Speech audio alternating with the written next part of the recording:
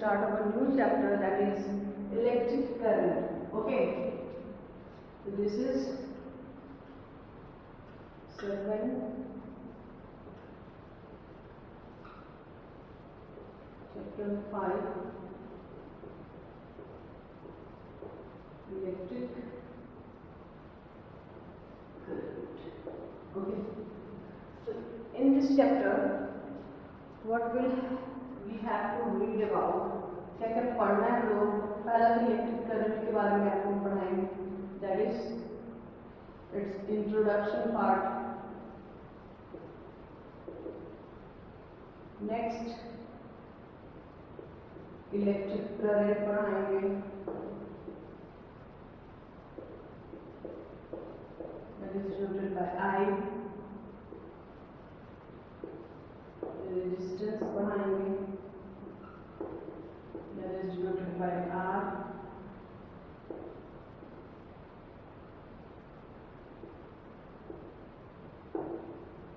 Resistivity or specific resistance, that is denoted by rho.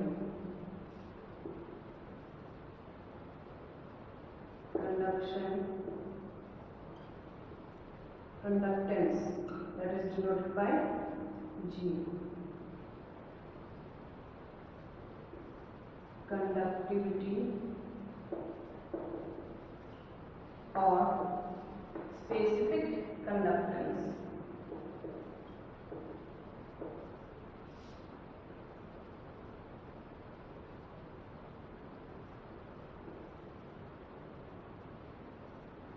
that is denoted by rho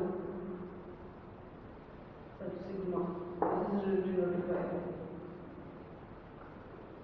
Ohm's law. हम इसमें पढ़ेंगे combination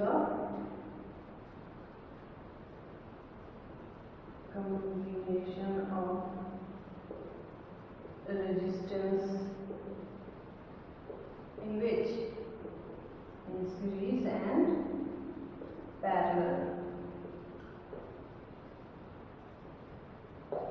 Okay. Number 9, Kirchhoff's law पढ़ेंगे और कुछ numericals करेंगे। Okay,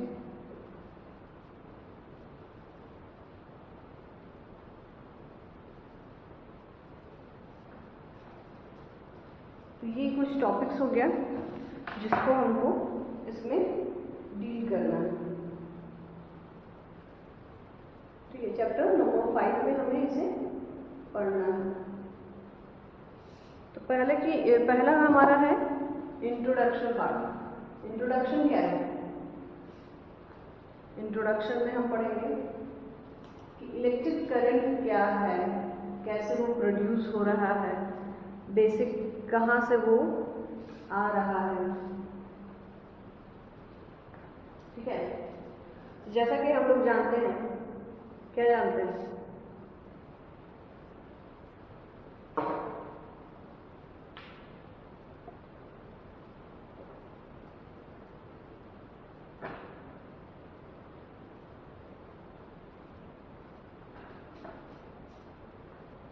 ठीक है।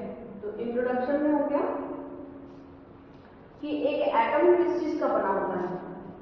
एक एटम मेनली किस चीज से बना होता है। अगर हम एक एटम को ड्रॉ कर रहे हैं, देखिए,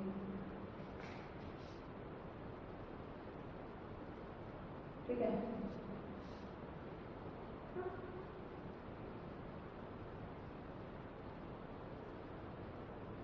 ये हो गया हमारा ऑर्बिट, ये हो गया न्यूक्लियस। न्यूक्लियस में क्या होता है, प्रोटॉन प्लस न्यूट्रॉन होता है और इलेक्ट्रॉन हमारे डिफरेंट ऑर्बिट में साइकिल करते रहते हैं। ठीक है, मान लेते हैं इनर ऑर्बिट में 2 इलेक्ट्रॉन्स हैं, आउटर में भी हमारा सेकेंड ऑर्बिट में 8 इलेक्ट्रॉन है। 4 और इसमें हमारा 1 या 2 या 3 मीन्स कम इलेक्ट्रॉन्स। अब पहला प्रॉपर्टी क्या है कि पहला प्रॉपर्टी है कि जो भी इलेक्ट्रॉन काम कर रहे हैं वो किसी भी एक्टिविटी में वो कौन से इलेक्ट्रॉन होते हैं, वो इलेक्ट्रॉन होते हैं ये, दैट इज वैलेंस इलेक्ट्रॉन। ऐसा क्यों होता है?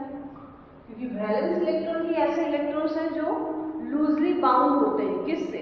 वो लूजली बाउंड होते हैं न्यूक्लियस से, that are loosely bound to the nucleus. Okay, मतलब कि एक एटम क्या होता है? न्यूट्रल होता है। पहला तो एटम क्या होता है? टोटली न्यूट्रल होता है। ऐसा होता है इसलिए क्योंकि number of protons that carry क्या? That carry positive charge is equal to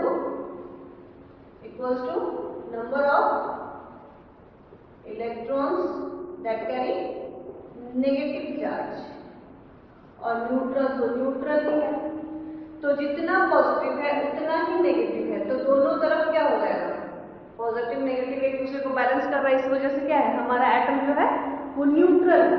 ठीक है, तो इस एटम के थ्रू मीन्स वैसे एटम्स के थ्रू जिसमें वैलेंस इलेक्ट्रॉन है वो क्या करता है कि अगर हम इसको फ्लो कर रहा है, ये इलेक्ट्रॉन क्या हो रहा है? ऑर्बिट में फ्लो कर रहा है, ऑर्बिट में ही घूम रहा है। ठीक है, ऑर्बिट में रिवॉल्व कर रहा है। तो अब हम क्या जानते हैं? एक जानते हैं कंडक्टर और दूसरा जानते हैं इंसुलेटर। कंडक्टर क्या करता है? कंडक्टर आर दो substance which allow to flow electric current through themselves, or which insulator क्या है? which do not allow the flow of electric current through themselves। तो ये क्या कर रहा है? allow, और ये do not allow। क्या? इलेक्ट्रिक करंट का क्यों अलाउ कर रहा है? क्योंकि इसके पास ये इलेक्ट्रॉन है, क्या है? फ्री इलेक्ट्रॉन्स है, और इसके पास do not have even electron या फिर फ्री इलेक्ट्रॉन। ठीक है, तो इसमें एग्जांपल हो गया आपका क्या? कंडक्टर का एग्जांपल हो गया मेटल, जितने भी तरह के। इसमें नॉन मेटल्स या फिर आप बोल सकते हैं वुड, जिसमें कोई इलेक्ट्रॉन नहीं होता, प्लास्टिक कोई इलेक्ट्रॉन नहीं होता। ठीक है, ये सब क्या है? बैड कंडक्टर हो गया। अब मेटल्स में हम क्या कर रहे हैं? मेटल्स में इलेक्ट्रॉन होंगे, ये इलेक्ट्रॉन्स होंगे मेटल्स में। ये इलेक्ट्रॉन जब मूव कर रहे हैं तो किसके रिस्पेक्ट में मूव कर रहे हैं? टाइम के रिस्पेक्ट में मूव कर रहे हैं। ठीक है, इलेक्ट्रॉन जब भी मूव कर रहा है, कोई भी चीज अगर मोशन में, मोशन चैप्टर पढ़ाते समय भी हम बताएंगे, कोई भी चीज अगर मोशन में है तो वो मोशन में तभी है जब वो टाइम के साथ अपना पोजीशन चेंज कर रहा है, टाइम के साथ अपना पोजीशन चेंज कर रहा है। ठीक है, कोई चीज, कोई भी क्वांटिटी अगर टाइम के साथ अपना पोजीशन चेंज करता है इट मीन्स कि वो मोशन में है। जब भी चार्ज, यहाँ पे चार्ज क्या है? इलेक्ट्रॉन है, तो चार्ज क्या हो गया? इलेक्ट्रॉन हो गया। इलेक्ट्रॉन जब भी चेंज करेगा अपना पोजीशन टाइम के रिस्पेक्ट में, तो उसको हम लोग करंट बोलते हैं। ठीक है, तो motion of charge is known as current.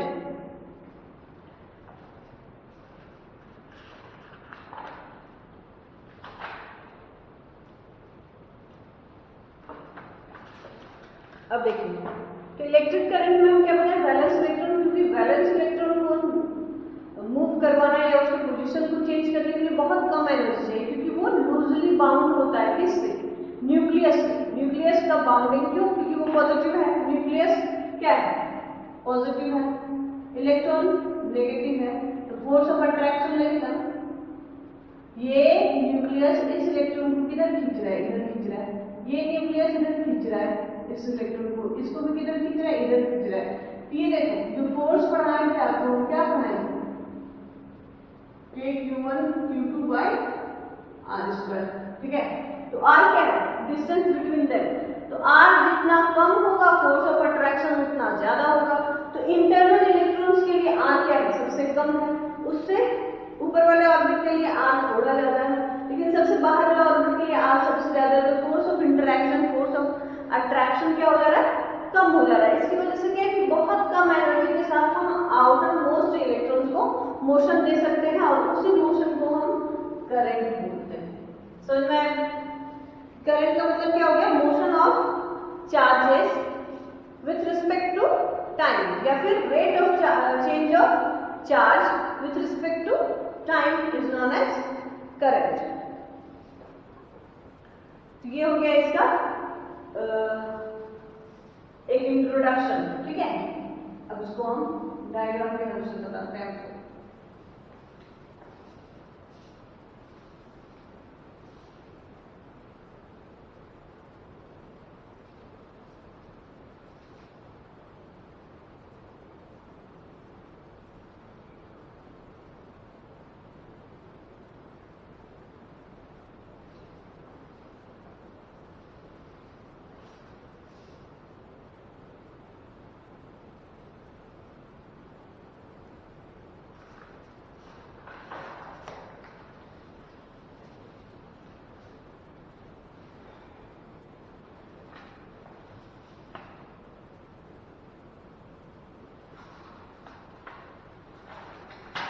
अगर एक सर्किट में हम सर्किट डायग्राम इसका ड्रॉ करते हैं, कंडक्टर है,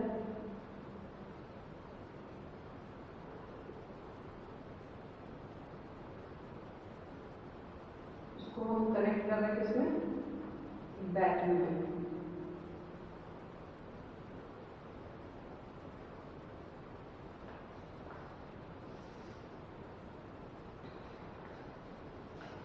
इसका लेंथ कितना है, ए बी, ये हो गया हमारा बैटरी।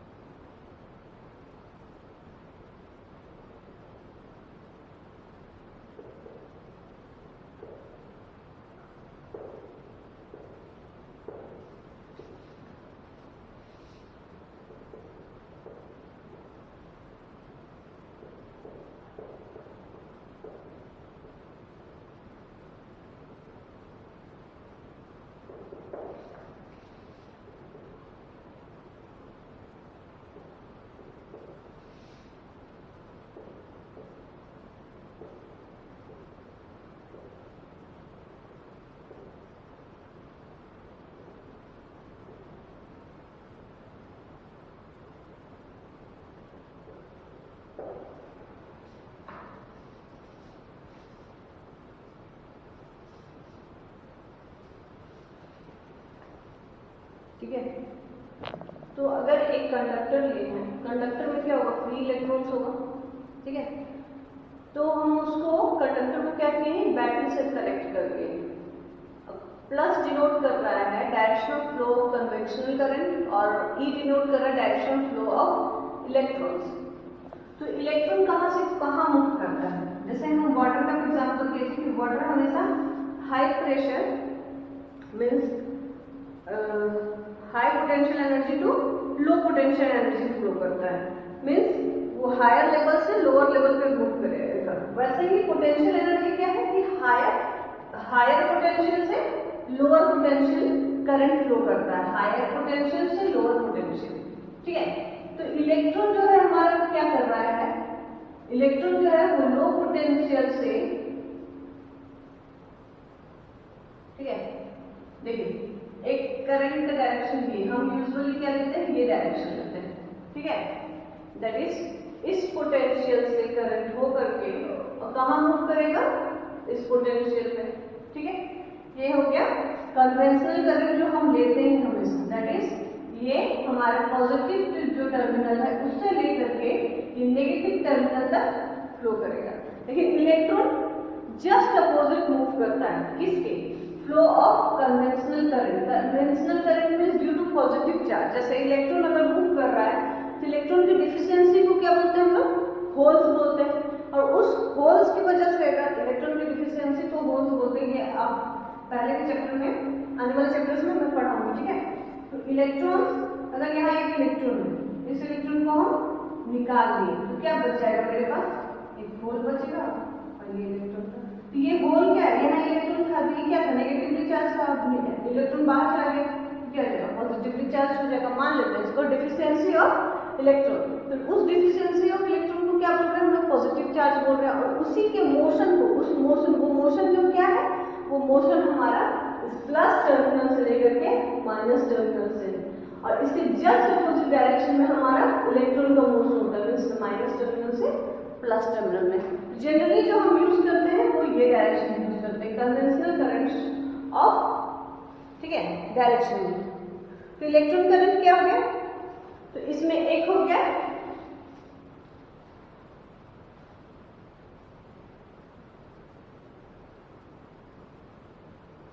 दो तरह के करंट फ्लो कर रहे हैं, ठीक है। एक हो गया इलेक्ट्रॉन करंट जो इलेक्ट्रॉन के फ्लो करने की वजह से, और दूसरा है कन्वेंशनल करंट जो कि प्लस की वजह से होते हैं, ठीक है। तो इसमें हम क्या लिखेंगे, it is the current, it is the current due to flow of electron, charge है ना, due to flow of electron. और इसमें this is, it is just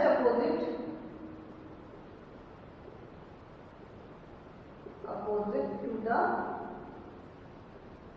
flow of electron.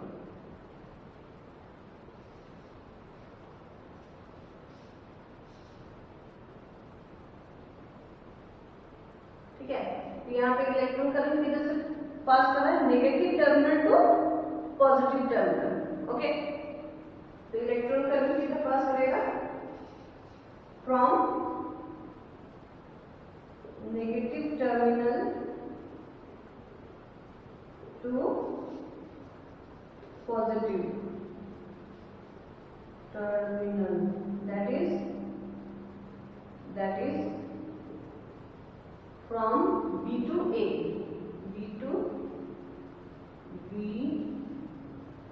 to A, okay. और यहाँ पे ये क्या पास करेगा, फ्रॉम पॉजिटिव टर्मिनल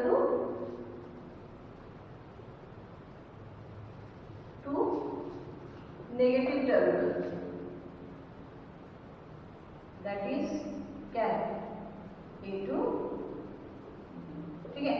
तो दो करंट फ्लो करता है, हमेशा याद रखिएगा कि दो करंट फ्लो करता है, एक है इलेक्ट्रॉन के डायरेक्शन में और एक है इलेक्ट्रॉन के जस्ट अपोजिट डायरेक्शन में। तो जनरल केस में जो हम बोलते हैं इलेक्ट्रॉन ऑफ फ्लो, वो किसको बोलते हैं, कन्वेंशनल करंट को बोलते हैं, that is from higher potential to lower potential, okay. तो ये हो गया आपका कि कितने तरह के करंट हो गया।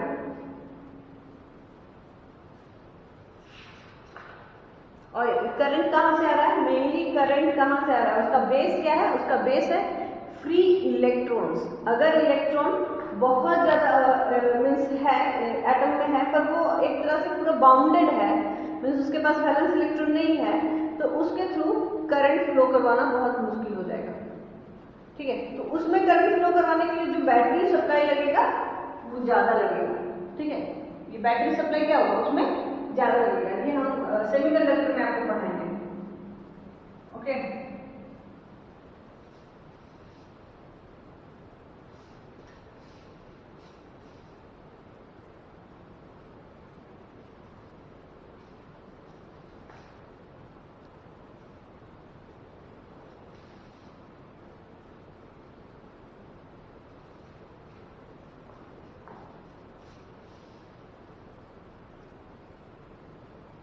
नेक्स्ट है आपका इलेक्ट्रिक करंट।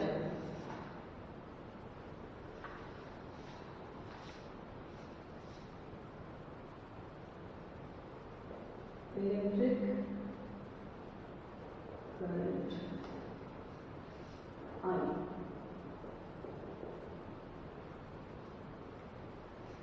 अब ये बताएं इलेक्ट्रिक करंट, इसको डेफिनेशन में क्या लिखेंगे?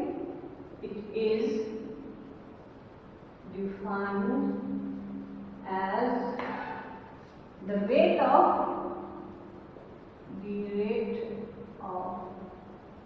Flow the rate of flow of electric charge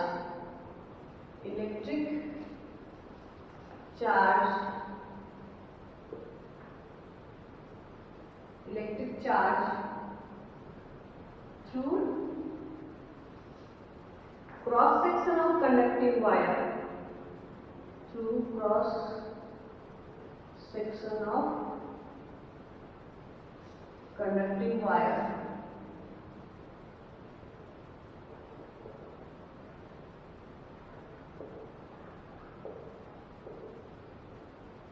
in the electrical circuit.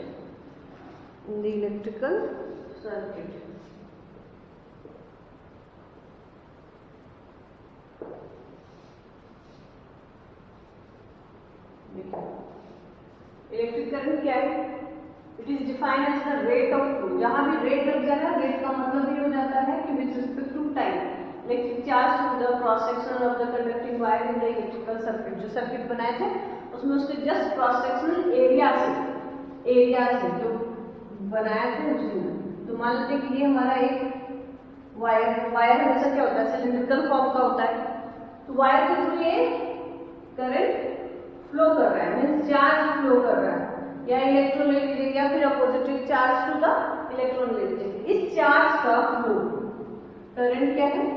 इस चार्ज का flow with respect to time, इसको बोलते हैं करंट। ठीक है। अब एसआई यूनिट करंट का क्या है? एसआई यूनिट क्या निकालेंगे? जस्ट चार्ज, अगर चार्ज फ्लो कर रहा है, चार्ज अगर फ्लो नहीं कर रहा है, ठीक है, चार्ज अगर फ्लो नहीं कर रहा है तो सिंपली एक स्टैटिक चार्ज है। लेकिन चार्ज अगर फ्लो कर रहा है तो फिर वो करंट बन जाता है। ठीक है। करंट का मतलब ही बोलते हैं फ्लो करना। जैसे स्ट्रीम करंट बोलते हैं हम लोग, नदी का पानी बह रहा है तो स्ट्रीम करंट में आप वेलोसिटी ऑफ द बोट निकालिए, तो उसी तरीके से हम इसको क्या बोल रहे हैं? करंट। ठीक है। वाटर करंट, सबको करंट से बोलते हैं। करंट का मतलब ही होता है क्या? फ्लो करना, फ्लो। ठीक है। तो ऐसा यूनिट क्या हो जाएगा करंट का? I is equals to coulomb by second, means coulomb per second, ये भी लिख सकते हैं। और दूसरे इसका लिखते हैं हम लोग एम्पियर। ठीक है, जिसको हम ए से डिनोट करते हैं, कैपिटल ए से।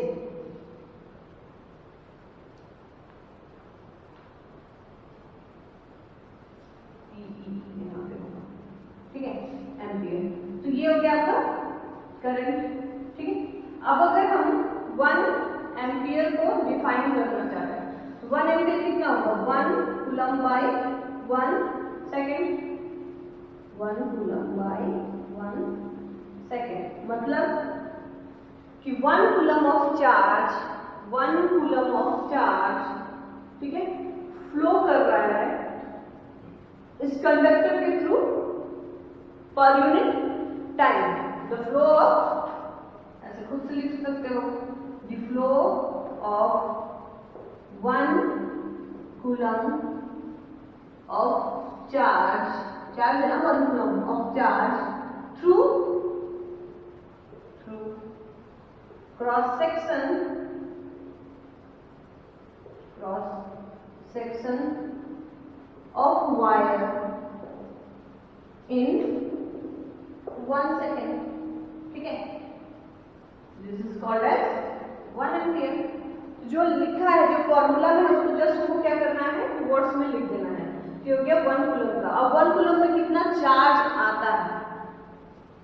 देखिए, इलेक्ट्रॉन का चार्ज कितना है? 1.6 × 10⁻⁻19 कूलम। ठीक है। तो 1 कूलम होने के लिए क्या करना पड़ेगा? 1/1.6 × 10⁻⁻19, ये चार्ज, इतना चार्ज रहेगा। तो आप इसको कर लो, ये कितना आ जाएगा? 1/1.6 × 10⁻⁻19, अगर यहाँ 10 करते हैं that is 1.6 into 10 to the power 18 और 10 बाई 1.6 कितना होगा 10 बाई 1.6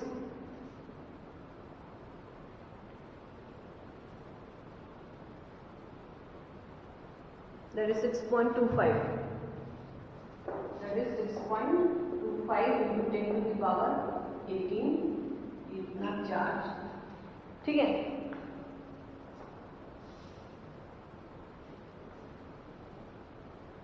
तो इतना चार्ज क्या है इतना इलेक्ट्रॉन नंबर ऑफ इलेक्ट्रॉन देख लीजिए कितना फ्लो कर रहा है 1 सेकेंड में इतना इलेक्ट्रॉन 1 सेकेंड में फ्लो करना चाहिए ठीक है 2 into 6.25 into 10 to the power plus 18 electrons एक सेकेंड में पास करता है तो इसको 1 एम्पियर बोलते हैं है ना इंटरेस्टिंग ठीक है।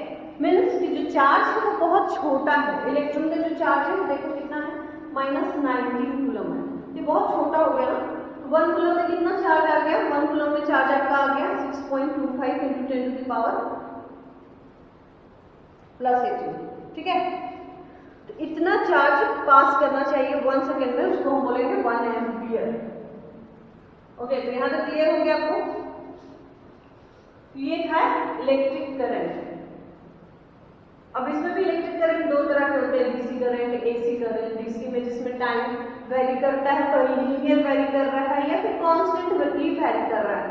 एसी में क्या हो जाता है कि वहां पे किसी टाइम का फंक्शन जो है वो किसी ट्रिग्नोमेट्रिक फंक्शन के फेज में फ्लो कर रहा है साइन थीटा क्रॉस ट्रफ बनाते हुए कॉस थीटा। तो उसमें क्या होता है जब चेंज होता है टाइम के साथ तो वो चेंज जो हो रहा है वो फेज चेंज हो रहा है कभी पॉजिटिव कभी नेगेटिव कभी पॉजिटिव कभी नेगेटिव हो रहा है तो वो ज्यादा डेंजरस हो जाता है इन कंपैरिजन टू डीसी जहां पे जो चार्ज है या तो वो लीनियर फ्लो करेगा या फिर वो कांस्टेंट फ्लो करेगा उसके रिस्पेक्ट में। तो electric current that is current is also divided into DC current and AC current. जो अब 10th में पढ़ के आए हैं एसी डीसी इसकी फ्रीक्वेंसी कितनी होती है हम बहुत बार बता चुके हैं क्लास में। इसकी फ्रीक्वेंसी 0 होती है और इसकी फ्रीक्वेंसी इंडिया में 50 हर्ट्ज के अप्रॉक्सिमेटली 50 टू 60 हर्ट्ज ठीक है 55 हर्ट्ज 50 हर्ट्ज। तो ये दो तरह के करंट हो गए इलेक्ट्रिक करंट एसी और डीसी हो गया ठीक है। ये आता है कभी क्वेश्चन 1 कूलम में कितना चार्ज हो जाएगा ठीक है।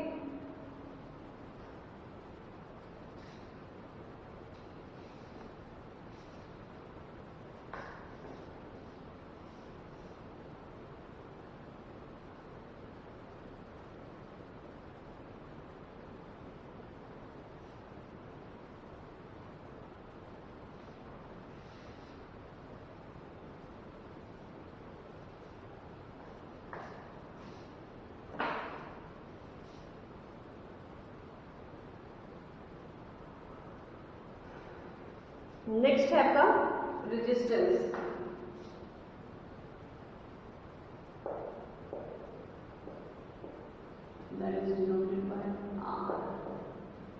ठीक है तो इंट्रोडक्शन हो गया आपका इलेक्ट्रिक करंट हो गया रेजिस्टेंस पढ़ा रहे हैं। What do you mean by resistance. Resistance क्या है ठीक है। तो रेजिस्टेंस में मेनली ये कंडक्टर का यूनिटी पावर है समझे। जैसे बॉडी का बोलते हैं ना कि उसकी बॉडी की बहुत ज्यादा रेजिस्टिव है अगेंस्ट एनी डिजीजेस या फिर उसकी बॉडी बहुत ज्यादा रेजिस्टिव या फिर इम्यूनिटी पावर बहुत ज्यादा है। तो इसी तरीके से रेजिस्टेंस होता है। रेजिस्टेंस में क्या है कि रेजिस्टेंस में आपका जो कंडक्टर के थ्रू करंट फ्लो कर रहा है देखिए कंडक्टर में करंट तभी फ्लो करेगा जब हम इसको बाहर किसी सर्किट से कनेक्ट करते हैं दैट इज पॉजिटिव नेगेटिव करेंगे तो यहाँ से करंट फ्लो करेगा ये पॉजिटिव नेगेटिव हो गया और ये करंट इधर फ्लो कर रहा है और इलेक्ट्रॉन इधर फ्लो कर रहा है। यही पढ़ना हम लोग ठीक है। ये कोई एल लेंथ का कोई रेजिस्टेंस। तो जब भी कोई बाहर सर्किट से हम इस कंडक्टर को कनेक्ट करते हैं तो ये करंट इसमें फ्लो करने लगता है ठीक है। ये करंट क्या कर रहा है इस वायर में फ्लो कर रहा है। तो इस वायर में जो करंट फ्लो कर रहा है ये क्या है, एक्सटर्नली कनेक्टेड है ना, और जो एक्सटर्नली कनेक्टेड होने की वजह से ये करंट फ्लो कर रहा है, तो इस करंट के अपोजिट डायरेक्शन में इस करंट को जो फ्लो ना करने दे, अपोज करे, उस प्रॉपर्टी को हम लोग बोलते हैं रेजिस्टेंस। क्या बोलते हैं? Resistance. The opposing nature of conductor towards current I, उसी को हम लोग क्या बोलते हैं? रेजिस्टेंस बोलते हैं। इसको लिख लेते पहले। It is defined as, it is defined as the opposition offered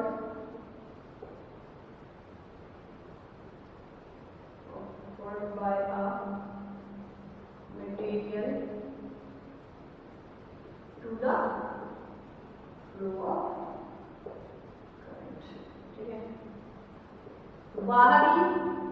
बाहरी चीज जो फ्लो कर रहा है सर्किट में वो क्या है? करंट।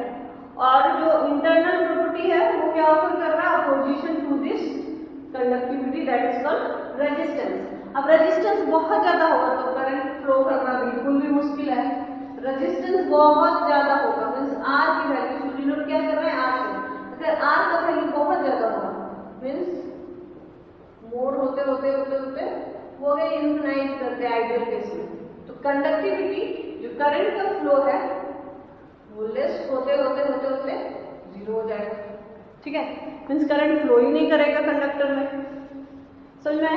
मीन्स कि जो बाहर से हम सर्किट लगा रहे हैं उस सर्किट के करंट को फ्लो करने के लिए इस वायर का जो इंटरनल प्रॉपर्टी है, जो अपोजिंग प्रॉपर्टी है वो कितना लगा है, उसी को हम लोग बोलते हैं रेजिस्टेंस। जैसे कि बॉडी में अगर कोई बाहर से बैक्टीरिया या वायरस कुछ वैसा है तो उसमें जो बॉडी की अपनी शक्ति है, जो बॉडी का अपना पावर है उसको रेजिस्ट करने का, वैसे ही एक कंडक्टर में भी अपना पावर होता है उसको रेजिस्ट करने के लिए, दैट इज कॉल्ड रेजिस्टेंस।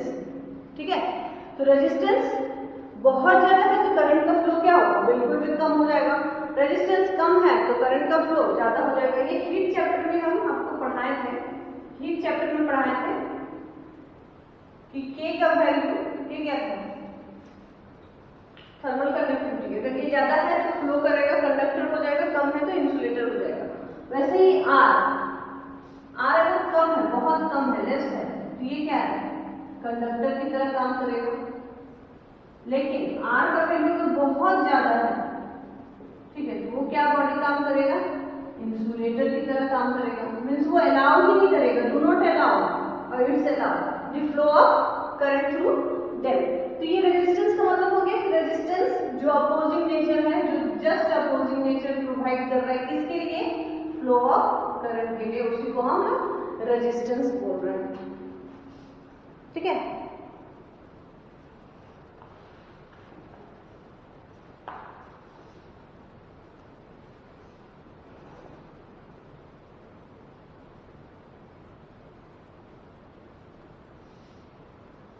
तो इसी को बोल देते हैं हम कंडक्टर या फिर गुड कंडक्टर, और इंसुलेटर मतलब बैड कंडक्टर, जो एकदम ही फ्लो ना कर, रेजिस्टेंस बहुत ज्यादा। ठीक है, जिसमें मेटल्स हो गए कॉपर, आयरन, एल्यूमिनियम, सिल्वर। इसमें नॉन मेटल्स हो गए, नॉन मेटल्स में वुड, प्लास्टिक। ठीक है, तो ये सारा हो गया इंसुलेटर, नॉन इंसुलेटर। अब रहा एसआई यूनिट। एसआई यूनिट क्या है? इसका रेजिस्टेंस का एसआई यूनिट क्या है?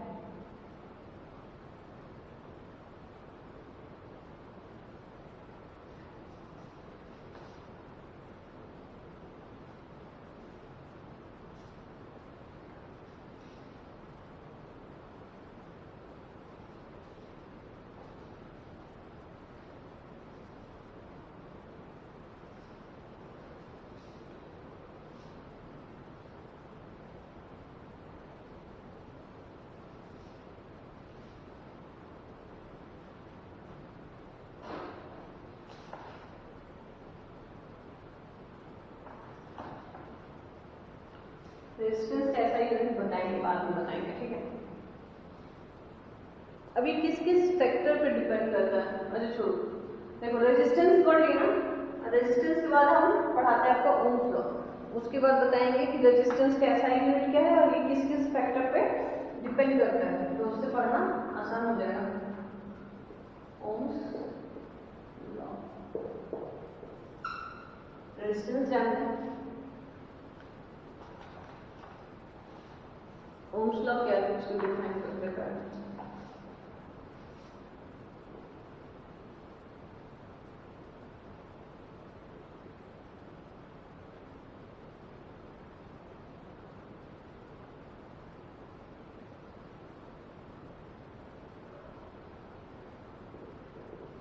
Physical state of a conductor,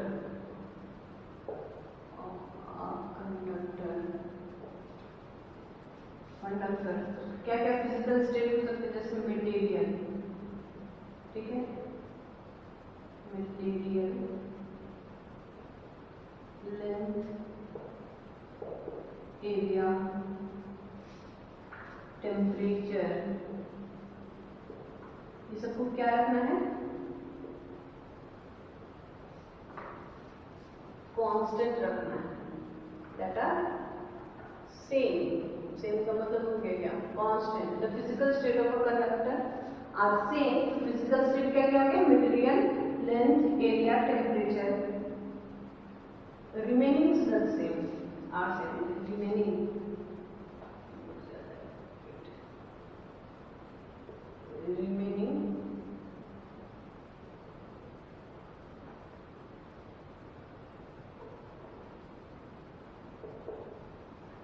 remaining the same. The electric current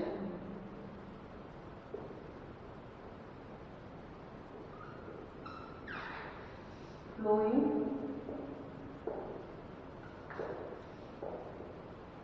through a conductor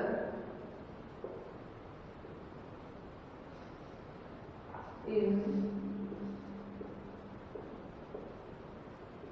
directly proportional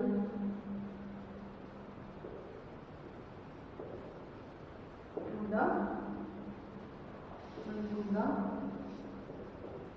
potential difference across it.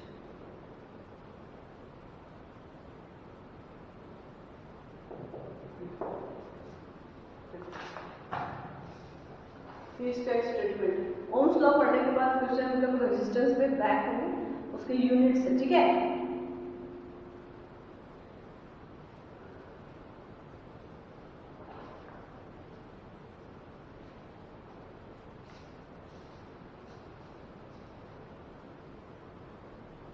देखिए तो क्या है, physical state of a conductor that is material, length, area, temperature remaining the same, that is remaining the constant.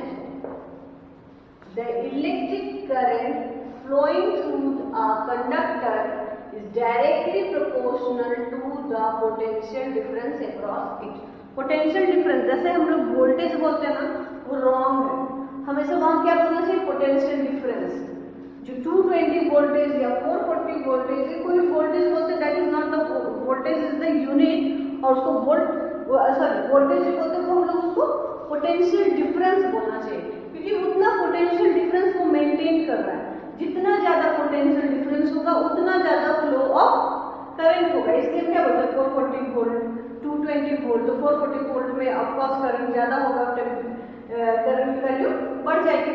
तो जो potential difference है उसके, अगर एक सर्किट ड्रॉ कर रहे हैं, ये कंडक्टर है, ठीक है, जो किसी भी मटेरियल से बना हुआ है,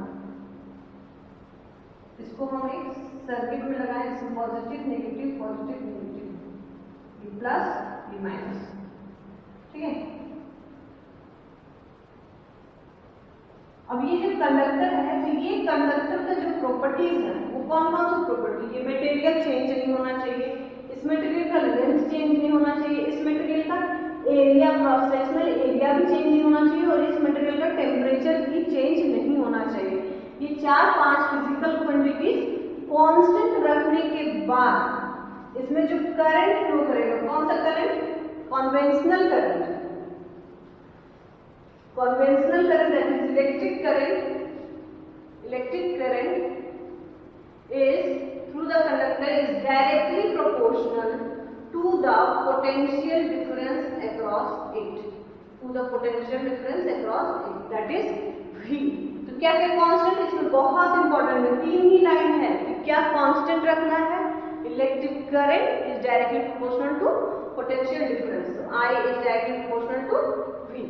अब V I अगर जितना करंट मिल रहा है वो पोटेंशियल डिफरेंस के अक्रॉस बराबर है, तो हम इसको क्या लिख सकते हैं? V is also directly proportional to I। ठीक है, देखिए कभी कभी जो क्वेश्चन आता है वो ये आता है कि I is directly proportional to V, law के according V is directly proportional to I, तो टिक किसमें मारना? इसमें I is directly proportional to V में। V is directly proportional to I वो हम लिख रहे हैं क्योंकि ये इसके बराबर बोले, ये इसके बराबर बोले, वो बात है, लेकिन जो लॉ है वो क्या है?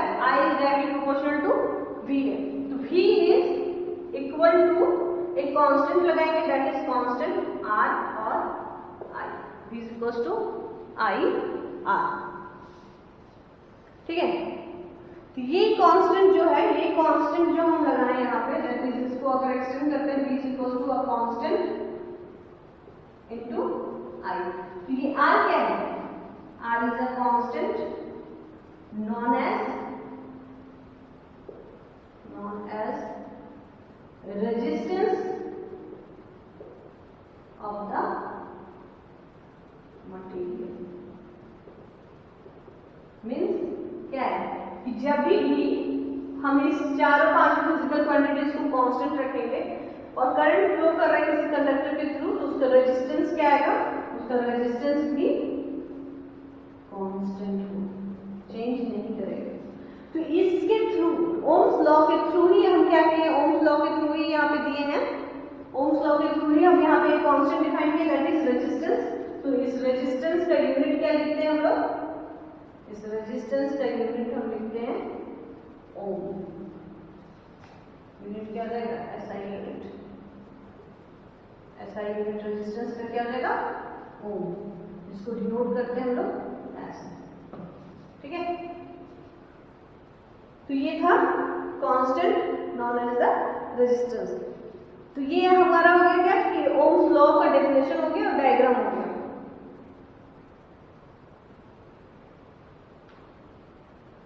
अब इसको आप बहुत तरीके से लिख सकते हैं। क्वेश्चंस में न्यूमेरिकल में V is equal to I R है, कभी V दिया हुआ है, I दिया हुआ है, R निकालना है, कभी R I दिया हुआ है, V निकालना है, तो ये फॉर्मूला बेस्ड हो जाएगा जैसे कांस्टेंट।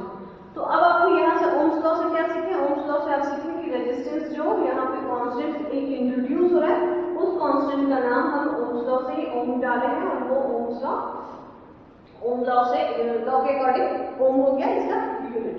ठीक है, तो ये ओम्स लॉ हो गया। हम बैक करेंगे अपने रेजिस्टेंस पे। ठीक है, तो इसको हम रख कर देते हैं।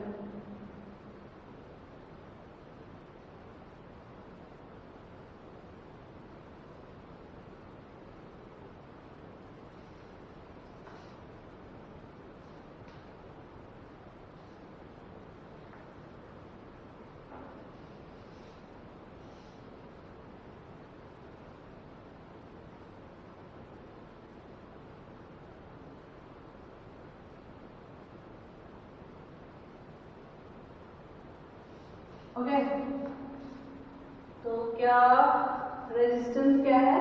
उसकी अपोजिंग नेचर, कितना करंट को, बाहरी चीज को आने से वो कितना रोक रहा है, इसमें क्या है वो रेजिस्टेंस? वो बाहरी चीज क्या है? करंट का फ्लो करना।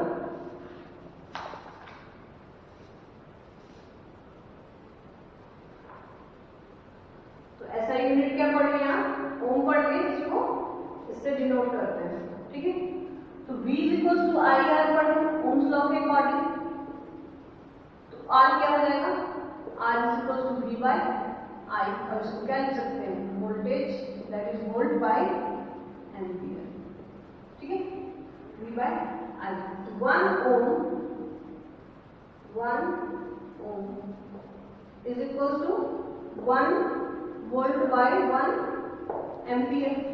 1 volt by 1 एम्पियर, इसको क्या डिफाइन करेंगे? 1 ohm is defined as the flow of 1 voltage of potential, as the potential difference of 1 volt across the cross section, and the current flows is 1 ampere। तो इसको हम define करते हैं। If the potential difference of 1 volt is applied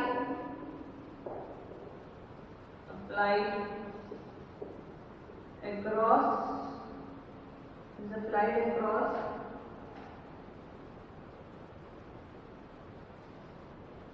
a conductor,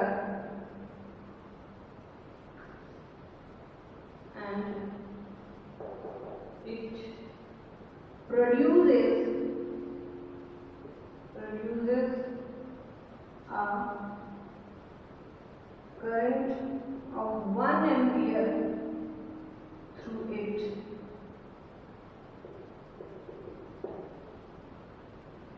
then the resistance of conductor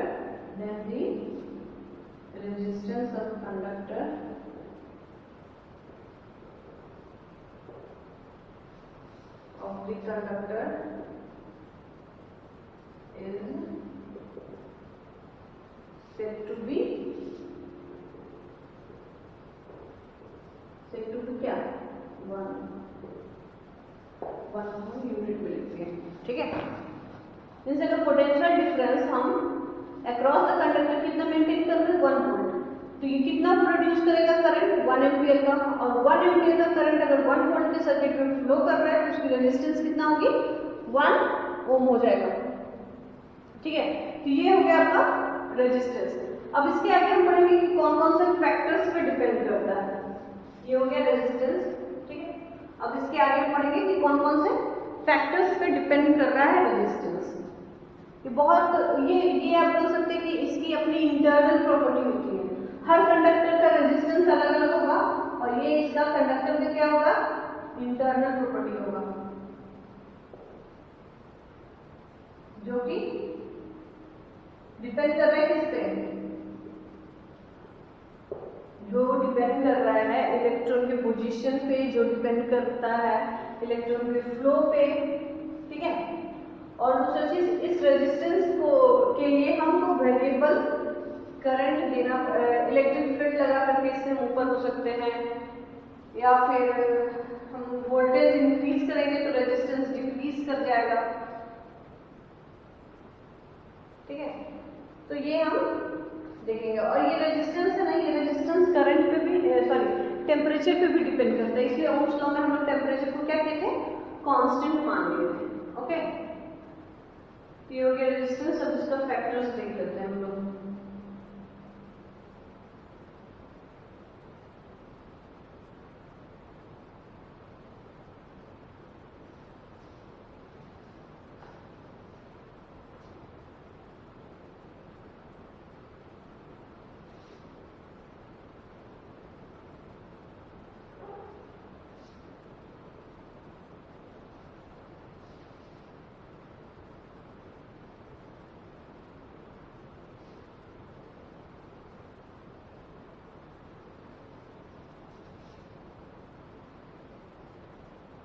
ठीक है, उसके बाद है factors affecting the resistance of the conductors. और इसी टॉपिक के अंदर हम पढ़ेंगे रेजिस्टिविटी और स्पेसिफिक रेजिस्टेंस। ओम्स लॉ पढ़ के पहले, ठीक है, ओम्स लॉ पहले पढ़े ताकि हमको ऐसा यूनिट याद रहे। ठीक है, ओम्स लॉ हम पढ़ा दिए। अब हम पढ़ेंगे resistivity and specific resistance.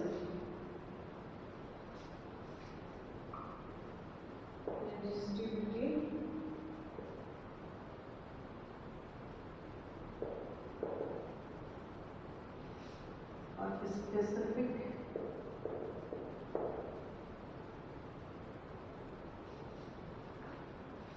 resistance.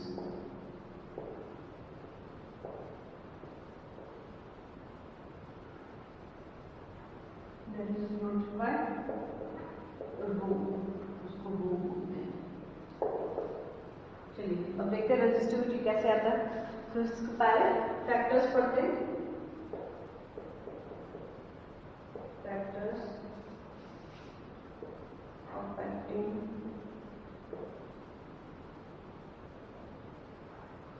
affecting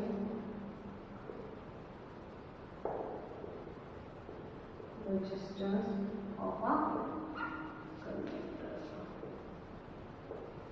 क्या क्या फैक्टर्स है इसको अफेक्ट करना है. पहला है लेंथ ऑफ अ कंडक्टर. दूसरा है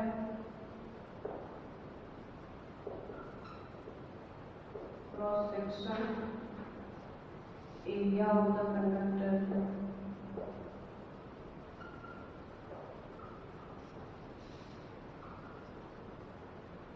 थर्ड है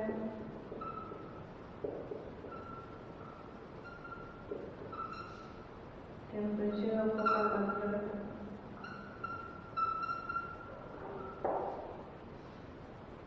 फोर्थ है मटेरियल ऑफ द कंडक्टर.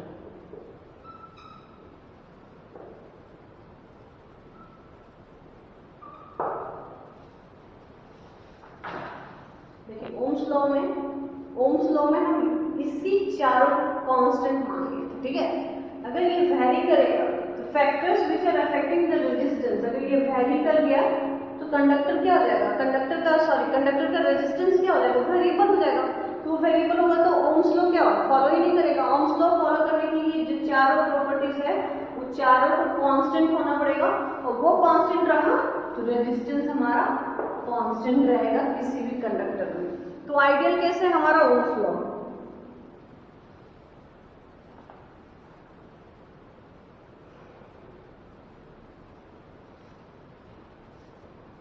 ठीक है. तो R जो है वो लेंथ पे कैसे डिपेंड कर रहा है. R is directly proportional to length. R is inversely proportional to area. ठीक है. टेम्परेचर का नहीं बताएंगे अभी. टेम्परेचर का क्वाड्रेटिक इक्वेशन हो जाता है. अगर ये दोनों इक्वेशन को हम कंबाइन करेंगे तो क्या हो जाएगा. R is directly proportional to L by A. और इस डायरेक्ट प्रोपोर्शनल को हटाएंगे तो इक्वल्स टू एक कांस्टेंट लगेगा that is L by A. और इसी कांस्टेंट को क्या लिख रहे हैं that is rho L by A. ठीक है. और ये कांस्टेंट क्या है, रो है. और ये कांस्टेंट डिपेंड करता है सिर्फ और सिर्फ मटेरियल पे. ठीक है. R is equals to rho L by A. ठीक है. तो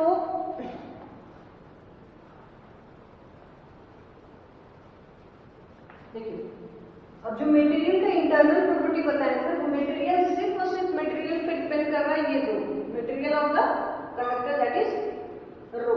ये टेम्परेचर हो गया, ये क्रॉस सेक्शनल एरिया A हो गया और ये लेंथ L हो गया. ठीक है. तो यहाँ पे रो पे डिपेंड कर रहा है. रो क्या है, इंटरनल प्रॉपर्टी है मटेरियल का. अपना मटेरियल किस तरह का मटेरियल ले रहे हैं. R इस मटेरियल पे भी डिपेंड करता है, R इस लेंथ पे भी डिपेंड कर रहा है और R इस एरिया पे भी डिपेंड कर रहा है. तो 1 2 3 फैक्टर. तो यहाँ से अगर हम रो निकालेंगे तो रो कितना आएगा हमारा, rho is equals to R, rho is equals to R into A by L. ठीक है. तो इससे हम यूनिट निकाल सकते हैं. तो रो से R का यूनिट क्या हो जाएगा, R का यूनिट था ohm, area metre square by metre. तो मीटर मीटर कट गया दैट इज ओम मीटर. ठीक है. Ohm metre. तो ओम मीटर में इसका यूनिट हो गया रो का. और रो को ही हम क्या बोलते हैं,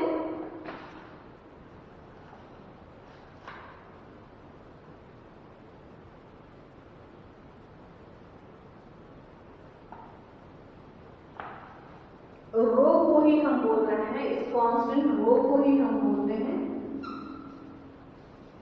स्पेसिफिक रेजिस्टेंस। स्पेसिफिक रेजिस्टेंस या फिर रेजिस्टिविटी। समझे? तो इसमें हम क्या पढ़े कि रेजिस्टेंस एक अपोजिंग नेचर का, अपोजिट कैरेक्टराइज करंट की जस्ट अपोजिट लगता है, उसका यूनिट ओम होता है, जो कि ओम्स लॉ में आया है, जहाँ पे ये चारों फैक्टर को हम कांस्टेंट रखते हैं तो वहाँ पे रेजिस्टेंस कांस्टेंट होता है। अगर कांस्टेंट नहीं रखते तो आप किस वैल्यू पे डिपेंड कर रहा है, एल ए टी रो, और वो डिपेंड कैसे कर रहा है, R is equal to rho L by A. ठीक है, अब वहां से हम रो का वैल्यू निकाल के, rho is equal to R A by L. Okay, अब वहां पे यूनिट अगर बैठाएंगे तो क्या बच गया, ओ मीटर, और इसी रो को हम बोलते हैं स्पेसिफिक रेजिस्टेंस या फिर रेजिस्टिविटी, जो कि मटेरियल का प्रॉपर्टी है, intrinsic properties of the material. ठीक है, तो अगर हम यहाँ पे रो को क्या करते हैं, वन वन कर देते हैं, वन वन वन, तो रो क्या आ जाएगा, rho is equal to 1 ohm metre, 1 rho is equal, अब इसको डिफाइन करेंगे तो क्या आएगा। ठीक है, तो नेक्स्ट टॉपिक इसका रेजिस्टिविटी, फैक्टर्स को मिटा रहा है।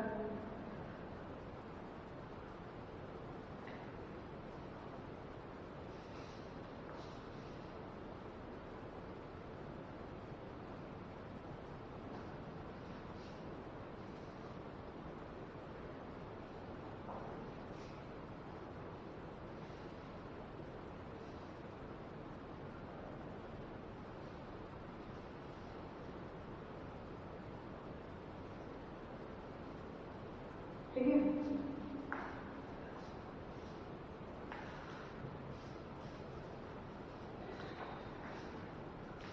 तो इसको हम क्या डिफाइन कर सकते हैं, रेजिस्टिविटी या फिर स्पेसिफिक रेजिस्टेंस को।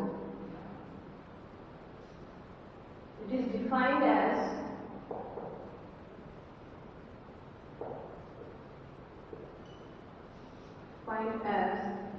a resistance, formula, a resistance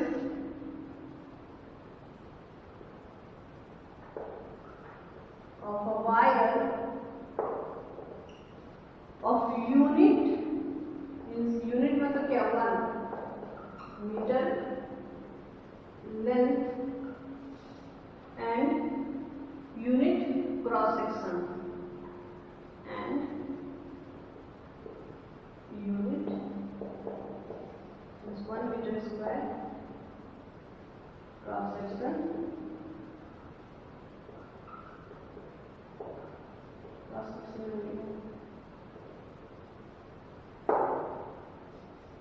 ठीक है।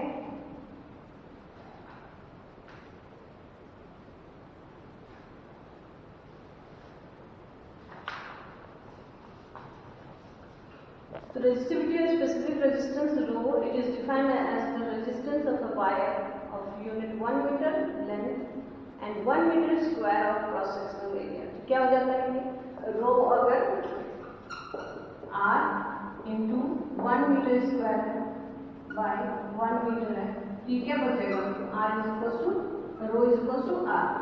उस केस में रेजिस्टिविटी रेजिस्टेंस के बराबर हो जाता है, उस केस में रेजिस्टिविटी रेजिस्टेंस के बराबर हो जाता है।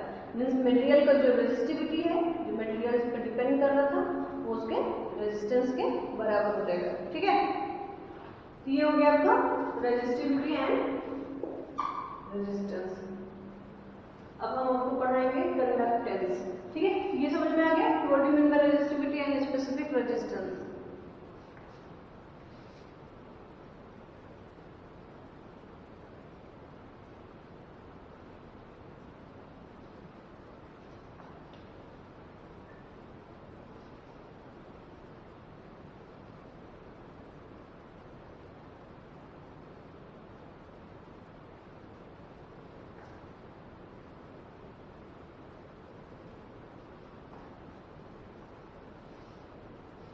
ठीक है, तो नेक्स्ट है आपका conductance. What do you mean by conductance?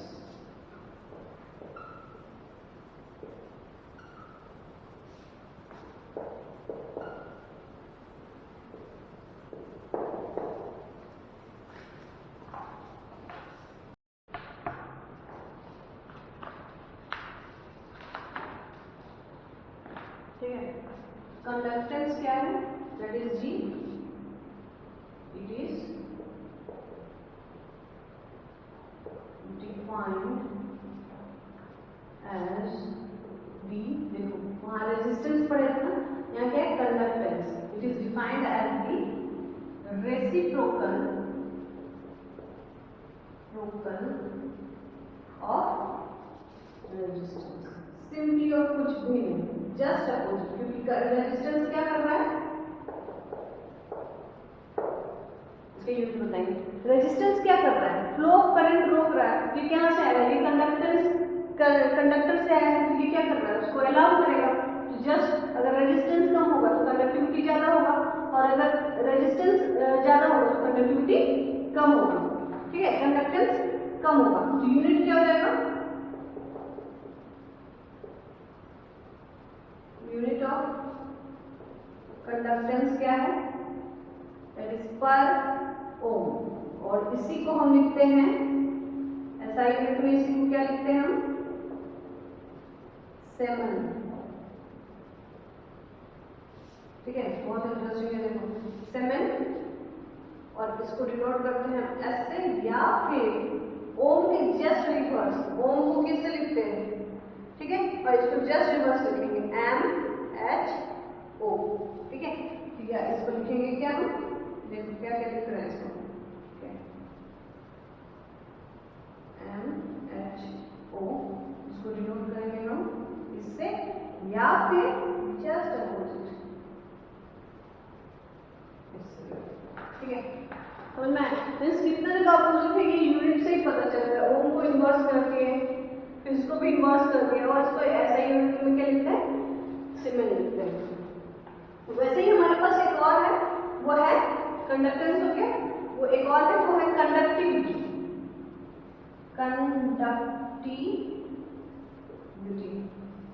नाम से ही पता चल रहा है कंडक्टिविटी है. तो क्या होगा? या फिर इसको बोलते हैं स्पेसिफिक कंडक्टेंस. इसको डिनोट करते हैं हम सिग्मा से. सिग्मा. ठीक है, देखिए. तो अभी हम रेजिस्टेंस पढ़े, उसके जस्ट अपोजिट है, तो दैट इज कंडक्टेंस. अभी हम रेजिस्टिविटी पढ़े, तो उसके जस्ट इनवर्स हो जाएगा, दैट इज कंडक्टिविटी, या फिर स्पेसिफिक कंडक्टेंस, या फिर स्पेसिफिक रेजिस्टेंस पढ़े थे. तो जस्ट ये किसके अपोजिट होगा? आप बता सकते हैं. ये जस्ट अपोजिट होगा रो के. That is sigma is equal to 1 by rho. जैसे इसमें लिखे हैं, है ना? जस्ट अपोजिट है. आप अगर रो और आर को पढ़ सकते हैं तो आप जी और सिग्मा को भी पढ़ सकते हैं, समझ सकते हैं कि क्या है. तो इसको डिफाइन क्या करेंगे? इसको डिफाइन करेंगे, याद बताइए. It is defined as the reciprocal of, किसके रेसिप्रोकल? स्पेसिफिक, या फिर लिख दो पहले पूरा, रेजिस्टिविटी, या फिर स्पेसिफिक रेजिस्टेंस. ठीक है, कुछ नहीं करना था, बस रेसिप्रोकल ले लेना है. ठीक है, तो इसका यूनिट भी क्या हो जाएगा? इसका यूनिट क्या हो जाएगा? इसका यूनिट आपका हो जाएगा 7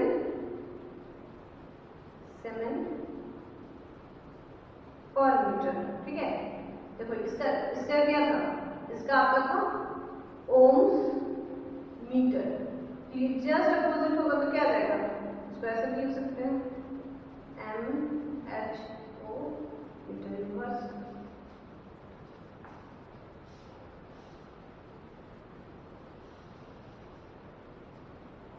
या फिर 7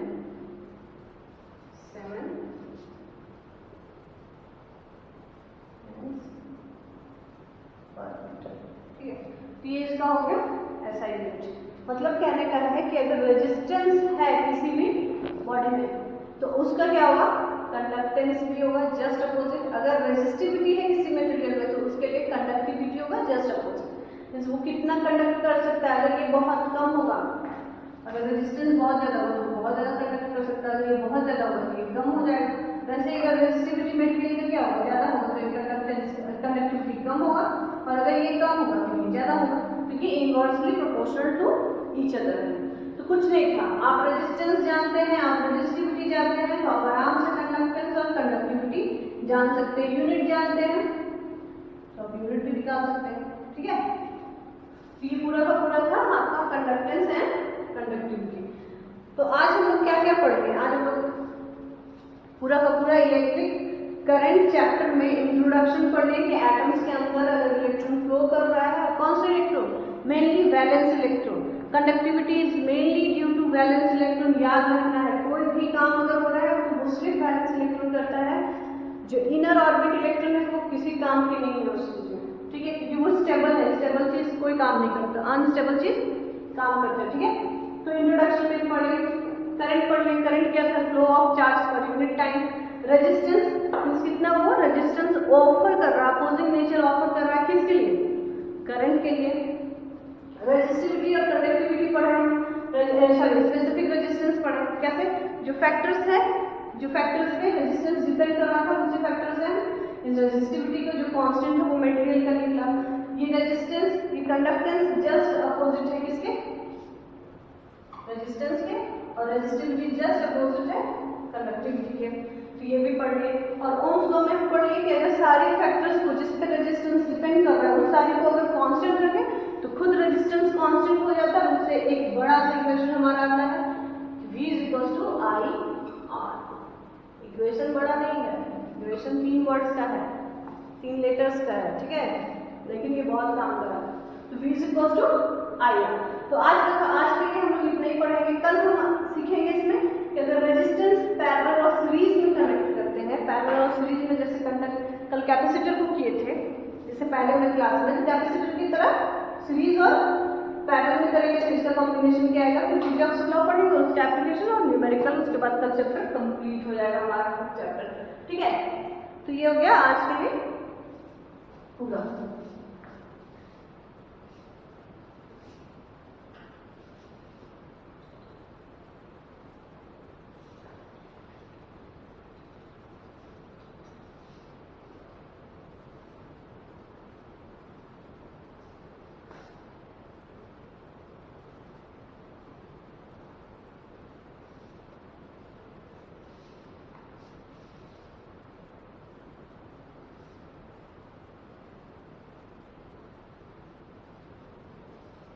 ठीक है, और उसके बाद न्यूमेरिकल्स भी कर लेंगे। ठीक है, थैंक यू।